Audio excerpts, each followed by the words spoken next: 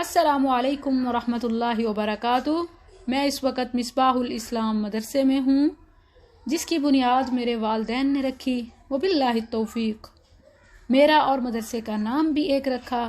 رب تعالیٰ سے دعا ہے کہ بنات کے لیے بنائے گئے اس مدرسے کی ہر طالبہ کو اسلام کا حقیقی چراغ بنائے۔ یہاں اس وقت ظہر کی نماز کا وقت ہے۔ طالبات وضو سے پہلے مسواک کر رہی ہیں، جس کی اپنی بہت فضیلت ہے۔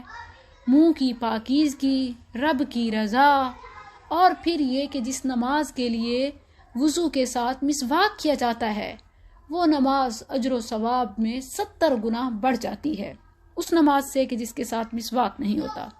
وضو کا عملی طریقہ۔ مسواک کر لیا ہے تو وضو شروع کیجئے۔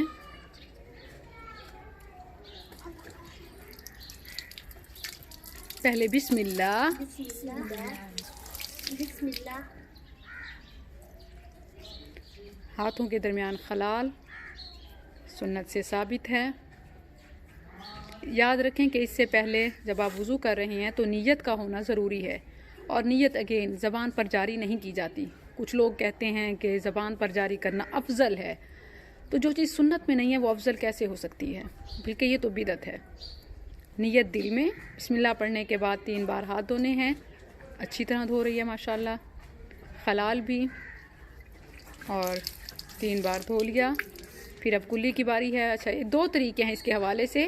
جو ایک راجح اور افضل طریقہ ہے وہ یہ ہے کہ آپ پانی لیں ایک ہی بار، دائیں ہاتھ میں آدھا منہ میں ڈال کے کلی کر لیں، اور آدھے کو ناک میں چڑھائیں اور بائیں ہاتھ کی انگلی سے خلال کریں، یعنی کلی اور ناک ایک ساتھ 1 سے 3 بار کیا جا سکتا ہے۔ اور دوسرا طریقہ ہے، الگ کر کے دکھائیں ایمان فاطمہ، کی 3 بار کلی دائیں ہاتھ سے، 3 بار بائیں ہاتھ سے ناک صاف۔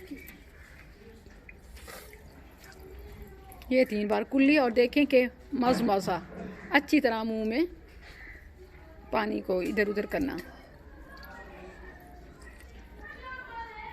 3 بار کلی اور 3 بار ناک صاف۔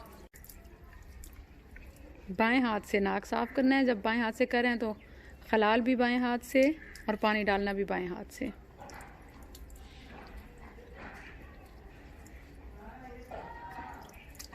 جب چہرہ دھونا ہے، پانی لینا ہے، اور ماتھے کی پیشانی کی لمبائی سے بال جہاں سے شروع ہوتے ہیں کانوں تک، اور تھوڑی سمیت 3 بار۔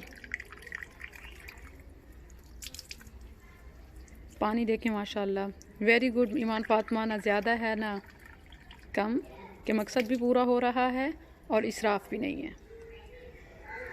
رسول اللہ صلی اللہ علیہ وسلم ایک مد تقریباً پونے لیٹر پانی سے وضو کرتے تھے، اور دیکھیں کہ کوہنیاں سمیت دائیں سائڈ 1 سے 3 بار ٹیپ کے نیچے بھی کر سکتے ہیں، اور چلو میں لے کر کوہنیوں پر گرانا بھی صحیح ہے۔ دونوں ہاتھوں کو پانی سے تر کر کے انہیں سر کے ابتدائی حصے پر رکھیں، پھر انہیں سر پر سے گزار کر پیچھے تک لے جائیں، اور پھر واپس وہاں تک جہاں سے مسح شروع کیا تھا۔ پھر دونوں ہاتھوں کی شہادت کی انگلیوں کو کانوں کے سوراخوں میں داخل کریں اور کانوں کے اندرونی حصے میں پھیریں، جبکہ انگوٹھوں کے ساتھ کانوں کے پچھلے حصے پر نیچے سے اوپر تک مسح کریں۔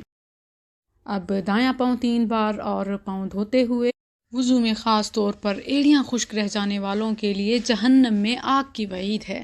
بایاں پاؤں 3 بار، اور انگلیوں کے درمیان چھوٹی انگلی سے خلال کرنا۔ یاد رکھیں کہ خلال اور پھر پاؤں کو اچھی طرح دھونا ہے، خاص طور پر ایڑیوں کو۔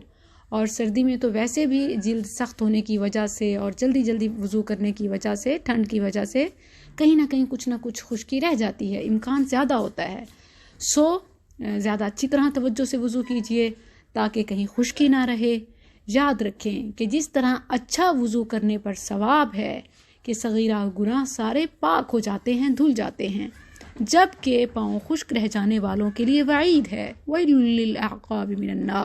وضو میں خاص طور پر ایڑیاں خشک رہ جانے والوں کے لیے جہنم کی آگ کی وعید ہے۔ اب دعا کون سی پڑھنی ہے؟ اشہد ان لا الہ الا اللہ وحدہ لا شریک لہ واشہد ان محمدا عبدہ ورسولہ۔ ایک یہ دعا ہے جو صحیح حدیث سے ثابت ہے، اور بیٹا آپ جا سکتی ہیں۔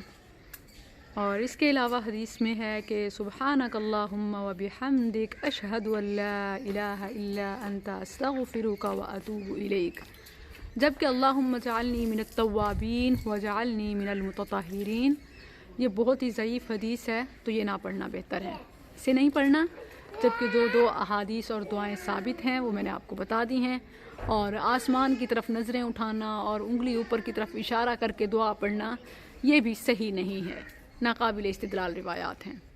بارک اللہ فیکم، السلام علیکم۔